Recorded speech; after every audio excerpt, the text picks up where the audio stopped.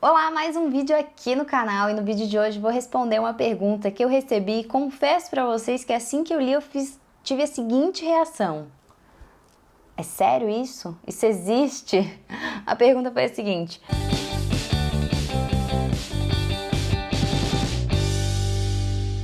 Mari, dê dicas de como agir com aquele cliente que esclarece todas as dúvidas, não paga pela consulta e ainda assim contrata outro advogado. Olha só, tá tudo errado, tá tudo muito errado nessa pergunta, nesse ponto de vista. Primeira coisa que já deu, né? A gente já precisa fortalecer urgentemente a nossa classe. Essa história de consulta sem cobrança é no mínimo absurdo. Afinal de contas, o que a gente tem realmente para o nosso sustento próprio, do sustento da nossa família e até para a realização dos nossos sonhos, é o nosso conhecimento. Nós, advogados, estudamos por anos e anos, somos conhecedores de julgados, leis e modo de operar. E aí? Né? É isso que eu sei fazer. Obviamente, a tua dúvida, ela é o que eu preciso para poder vender o que eu tenho para vender, que é o meu conhecimento, né? Tudo que eu estudei, tudo que eu aprendi, toda a experiência que eu adquiri ao longo desses anos. Então, realmente fazer a consulta sem cobrar é absurdo. Então tá na hora de a gente fortalecer e eu sei que talvez você fale assim, Mariana, é muito fácil falar isso atuando numa capital. Queria ver você atuando numa cidade de interior, onde a maioria dos advogados não cobra consulta. E aí eu te falo, eu comecei a minha advocacia em uma cidade de interior onde a maioria dos advogados não cobravam.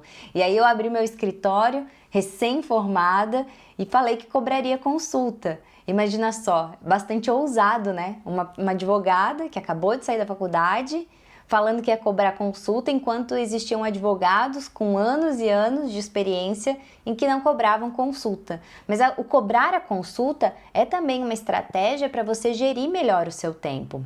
Eu recentemente estava fazendo uma consulta com uma advogada que faz mentoria comigo e ela me falou, Mariana, eu invisto muito tempo nas consultas que não são pagas.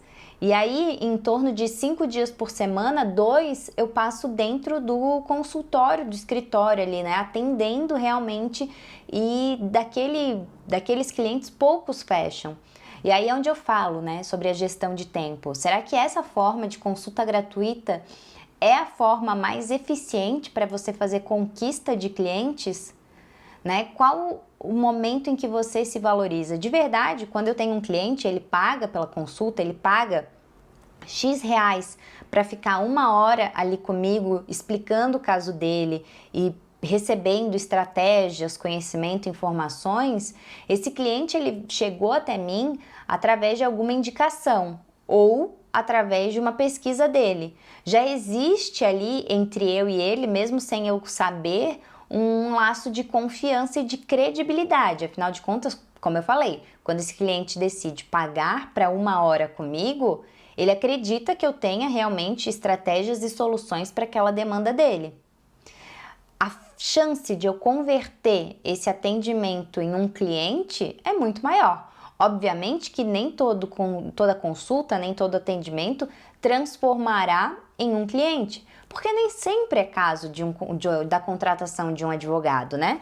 Por várias vezes eu recebi cliente que queria realmente tirar dúvidas e que não precisaria contratar um advogado depois. Queria saber, e se eu tiver que rescindir esse contrato de compra e venda, como é que vai funcionar? E ali na consulta eu dava a resposta para ele. Ele não queria imediatamente rescindir aquele contrato, ele só estava ali pensando nas possibilidades. Então, nem todo cliente vai virar um cliente de escritório, de contrato de honorários, mas eu fico muito tranquila de que aquela hora eu tô ali sendo remunerada para ouvir aquele cliente e apresentar estratégias. Se ao final eu apresentar uma proposta para ele e ele entender que aquela proposta não é adequada, é um pouco desequilibrada, ele não tem condições de pagar, ou até mesmo ele não gostou da minha forma de atuar, ele vai procurar outro escritório, outro advogado. Mas eu tô muito tranquila, porque eu não me senti usada, né? O cliente não abusou do meu conhecimento. O que ele levou de mim, ele pagou para levar. E aí tá tudo bem. Então esse é o primeiro ponto sobre a consulta. A gente precisa realmente fortalecer.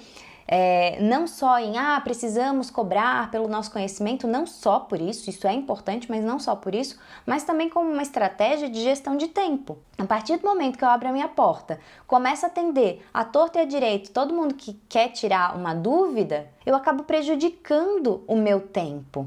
E não é isso que eu quero, né? Então, às vezes eu deixo de entregar um serviço para um outro cliente que contratou, que pagou em um tempo recorde, né? Entregar um pouco antes do prazo que eu prometi e até criar uma relação mais bacana com esse cliente, porque eu estava tirando dúvida de alguém que, enfim, era só uma dúvida. Né? O que a gente precisa entender é que nosso conhecimento, nosso produto, ele é fruto de questões da sociedade. Então, toda hora vai ter alguém com uma dúvida de direito. Seja porque quer casar e aí não sabe o regime de comunhão, seja porque comprou uma passagem aérea e agora quer desistir dessa passagem e não sabe como é que vai fazer, ou seja, questões muito maiores, como a compra de um imóvel, a abertura ou fechamento de uma sociedade.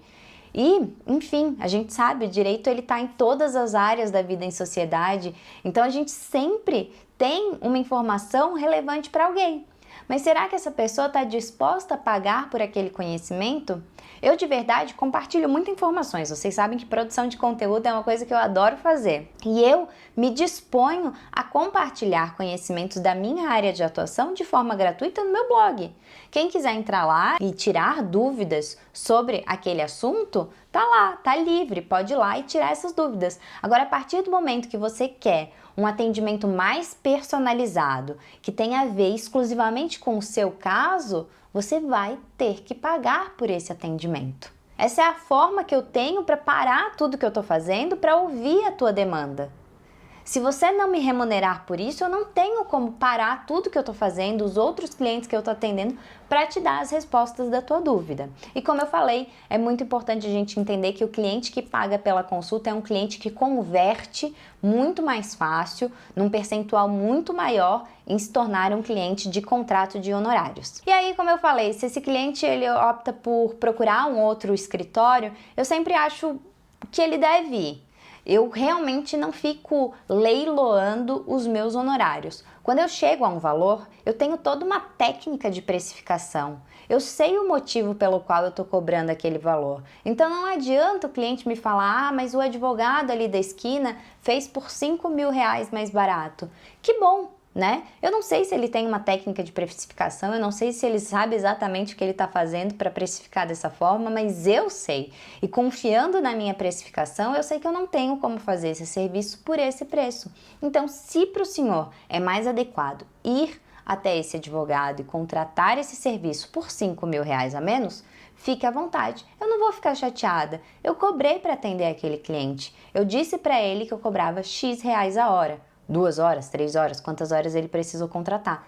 E aí tá tudo bem, dali pra frente ele pode fazer o que ele bem entender com esse conhecimento que ele adquiriu comprando aquela hora comigo. Agora, uma coisa muito comum de acontecer é muitas vezes esse cliente vai e depois ele volta. Ele vai para esse escritório, ele vai para essa outra forma de resolução daquela demanda dele e depois ele volta para o escritório porque teve um problema. E aí é complicado, né? Porque uma hora você vai lá e fala, olha, eu vou te cobrar 20 mil para fazer a incorporação do teu empreendimento, né? Para regularizar a documentação do teu empreendimento que você está aí construindo. Aí ele fala, não, consegui alguém que faz mais barato, R$ 5.000 mais barato e vou para esse outro profissional. E aí, no meio do caminho, ele contrata esse profissional e dá um grande problema. E aí, obviamente, que a primeira pessoa que ele vai lembrar é daquela que ele fez a consulta, pagou pela consulta e mais optou por não contratar. Quando esse cliente retorna ao escritório, a gente tem um cenário totalmente diferente. Ele tenta, às vezes, falar, olha, mas você tinha me cobrado 20 mil. E a resposta é sempre essa, sim, eu tinha cobrado 20 mil para realizar o serviço onde ele estava, né, iniciando do zero. Agora a gente já tem aí uma demanda totalmente diferente, a gente tem um problema para resolver, além de ter que fazer o serviço, tem um problema para resolver, e aí o valor fica mais alto. E aquela economia que ele achou que estava fazendo de R$ 5.000, às vezes ela triplica, e em vez de eu cobrar 20 mil, eu passo a cobrar 35 mil para resolver aquele problema. Então é isso, eu espero que vocês tenham gostado do vídeo de hoje. para pensar que a gente precisa não só fortalecer a classe com o nosso conhecimento, a importância das nossas consultas, como a gente também precisa gerir melhor o nosso tempo, investir o nosso tempo em locais certos, em estratégias certas. E eu acredito fortemente que essa estratégia de atender toda e qualquer pessoa que pede um horário para conversar com você não é a estratégia mais eficiente de investir o tempo para a conquista de novos clientes. Espero que vocês tenham gostado do vídeo de hoje. Se você gostou, não esquece de dar um curtir aqui embaixo, se inscrever no canal e compartilhar. Esse vídeo é um vídeo que precisa ser compartilhado com demais advogados, porque quanto mais advogados tomarem essa atitude como padrão em seus escritórios, a gente tem uma classe, como eu falei, mais fortalecida, advogados mais ricos, mais bem-sucedidos, e é aí que a gente quer que aconteça com esse nosso país, tá certo? Até mais, tchau, tchau!